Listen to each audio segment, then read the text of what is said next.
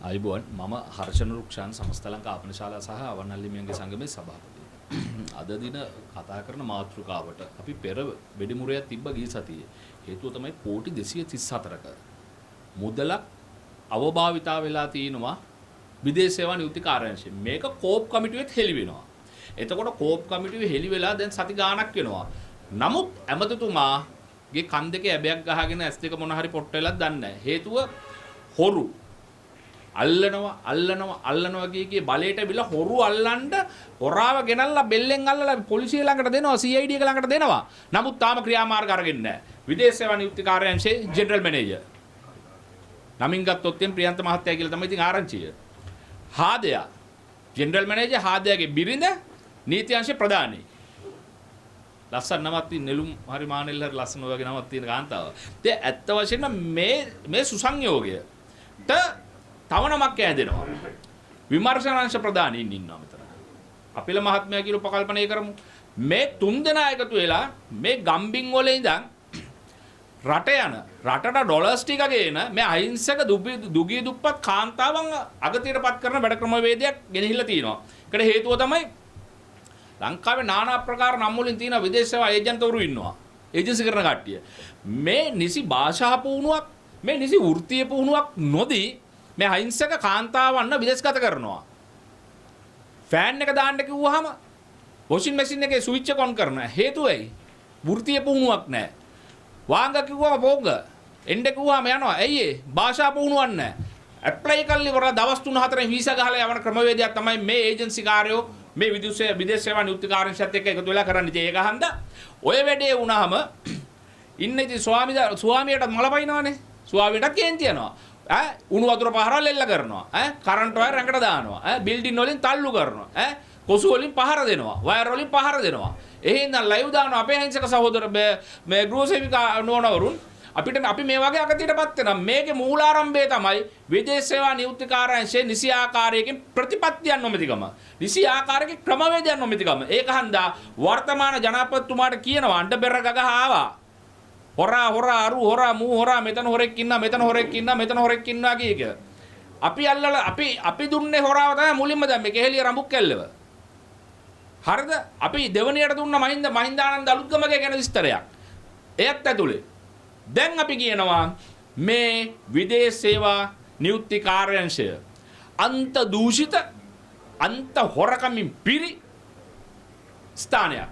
ඒක හන්දා අපි බ්‍රහස්පතින්දා සෞදා අඟහරුවාද බදාද බ්‍රහස්පතින්දා මහා කළු කොඩි ව්‍යාපාරයක් කරන විදේශ සේවා නියුක්ති කාර්යාංශය ඉස්සරහා මොකද අපි කොසුල් ඉදල් අරන් ගිහලා ක්ලීන් කරලා ආව එතන දැන් තියෙන්නේ හොඳින් කියලා අහන්නේ කළු කොඩි ව්‍යාපාරයක් කරනවා මේකට අගතේටපත් විදේශ රැකියා කරපු අගතේටපත් කාන්තාවන් 100 200 පමණ අපි එකතු කරගන්න සූදානම් වෙනවා. ඒ කරලත් මේ මහයුන්ගේ අස්සරුන් නැත්තම් මාරාන්තික උපවාසයක් කරනවා අපි විදේශ සේවා නියුක්ති කාර්යාංශය ඉස්සරහා මේ අහිංසක මිනිස්සුන්ගේ අහිංසක ගෘහසේවිකාවන්ගේ රටට ඩොලර්ස් ටික කියන ගෘහසේවිකාවන්ගේ රීරි මාංශ උරා කාලා අයව ඒ සහෝදරියන්ව අගතියටපත් වෙච්ච කරුණ සම්බන්ධයෙන් එහෙනම් සම්මිශ්‍රණයක් විදිහට ගත්තොත් එහෙම සමාලෝචනයක් කරොත් එහෙම එක වංචා දූෂණ පිරිච්ච ස්ථානයක් විදේශ සේවා නියුක්ති කාර්යාංශයේ මේ වංචා දූෂණ පිටිපස්සේ ඉන්නේ කවුද? ජෙනරල් මැනේජර් සාමාන්‍ය අධිකාරී සහ ඔහුගේ බිරිඳ නීති අංශ ප්‍රධානී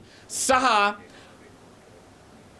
ආයතන පරිපාලන ප්‍රධාන පරිපාලන නිලධාරී වරුන් ඇතුළු විමර්ශන නිලධාරීන් දැන් මේ සෙට් එකම ඉන්නේ මේ දලට අහුවෙලා. මුන් ජරාව කනවා ජරාව කාලී වල ඒජන්සි කාර්යවන මේ ඒජන්සි කාර්යවන්ට අවශ්‍ය විදියට වැඩ කටයුතු කරනවා. ඕන් යන වයින්සක ගෘහසේවිකාව රටට ගිහිල්ලා බාබලගෙන් ගුටි කාලා වුණු වතුර පාර කාලා කරන්ට්වත් දැගෙන බිල්ඩින් වලින් තල්ලු කරගෙන ලංකාවට එනවා. කවුද මේ සම්බන්ධයෙන් කතා කරන්නේ? මම දැක්ක පහුගිය ටිකේ කාන්තා සංවිධාන කීලි වල කට්ටියක් සෑහෙන්න උඩ පැන හිටියා. ඔය එක කාන්තාවක් කතා කරේ නෑ අයියේ.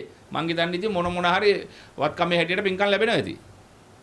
ඒක හන්දා අපි ඉදිරිපත් වෙනවා මේ ජෙනරල් මැනේජර් විදේශ සේවා නියුක්ති කාර්යාංශයේ මේ ඉන්න සාමාන්‍ය අධිකාරීවරයා ඔබතුමාට මුල් වෙඩිමුරේ තියලා ගියා. ඒ මම හිතන්නේ මේ හැම විද්‍යුත් සමාජ මුද්‍රිත මාධ්‍ය හැම මාධ්‍යකම ගියා. මම හිතන්නේ මේ ආණ්ඩුවේ ඉන්න 159 එකෙක් දැකලා නැහැ ඕක.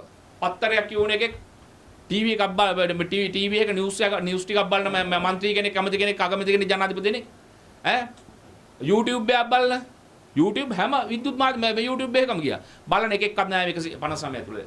මෙච්චර කෝටි 234ක වංචාවක් ගැන හෙලි කළත් අදටත් ඔහු සැපසේ AC කාමරේ ඉන්නවා විදේශ සේවා නියුක්ති කාර්යාංශය ඇතුළේ. ඒක හන්දා තාම මේ දුවන්නේ රාජපක්ෂ, රනිල්, චන්ද්‍රිකා, ගෝඨාභය, ජේ.ආර්. ජයවර්ධන, රණසිංහ ප්‍රේමදාස 70 වසරක සාපේක දිගුවක් පමණයි මේ අවුරුදු 5.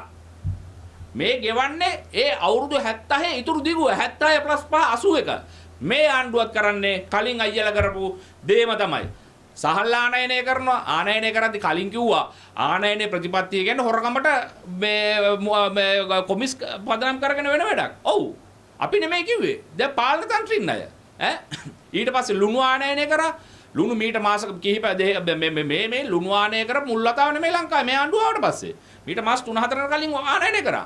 මට දැන් ලැබිච්ච දත්තා වාර්තා වලට ලුණු කිලෝ එක රෝ කිලෝ එක ලංකාවට රුපියල් 28යි. රුපියල් 28යි ලංකාවට ආවේ.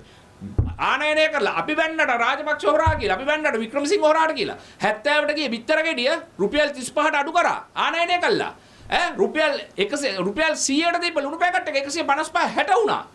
ඉන්දියාවෙන් ආනයනය කරාට පස්සේ ඇමතුමා පට්ට ෆේල්. ඒක හන්දා ඉදිරියේදී හොඳ සෙල්ලා. අර හොරා පොලිස් නාටකම් ඉන්නේ මෙයාවේ දැන්. අරයා හොරා මෙයා හොරා. මෙයා හොරා මෙයා හොරා. හොරා පොලිස් නාටකමේ හොඳම හොරු ගැන තව මාසයක් විතර ඇද්දි දෙන්න. සමහරට ඒ දුන්නට පස්සේ 23 බහි 103ට ආයි. ඒක හන්දා ආණ්ඩුවටත් කියනවා ඔබ තමුන්නාන්සේලා ජනතාවාදී විදියට වැඩ කරනවා නම් අපි මේ වංචා දූෂණ ගැන හෙලි කරලා දෙනවා. කෝප් කමිටුවේ හෙලි වෙච්ච විස්තර. කෝප් එකේ ඉන්නේ එතකොට කෝප් එකේ සභාපතිතුමා ඇතුළු විධායක මණ්ඩලයේ ඉන්නේ බොරු කියන මිනිස්සුද? නෑ. වංචාව හෙලි කරා. මාධ්‍යයට දුන්නා. අපිත් කිව්වා. අපි තවත් කියනවා. අදත් කියනවා. හෙටත් කියනවා. අනිද්දාත් කියනවා. බ්‍රහස්පතින්ද අපි කළුකොඩු ව්‍යාපාරයක් කරනවා. විදේශ සේවා නියුක්ති කාර්යාංශය ඉස්සර තව හොරකම් දූෂණ වංචා පැවතිච්ච 76යි මේ මාස 6 7යි වෙන්න පුළුවන්. ඔක්කොම තියෙනවා. මේ අපි මේ තාම මේ චූටි මේ මොකද්ද මේ ගිනි කූරක් විතරයි පත්තු කරේ.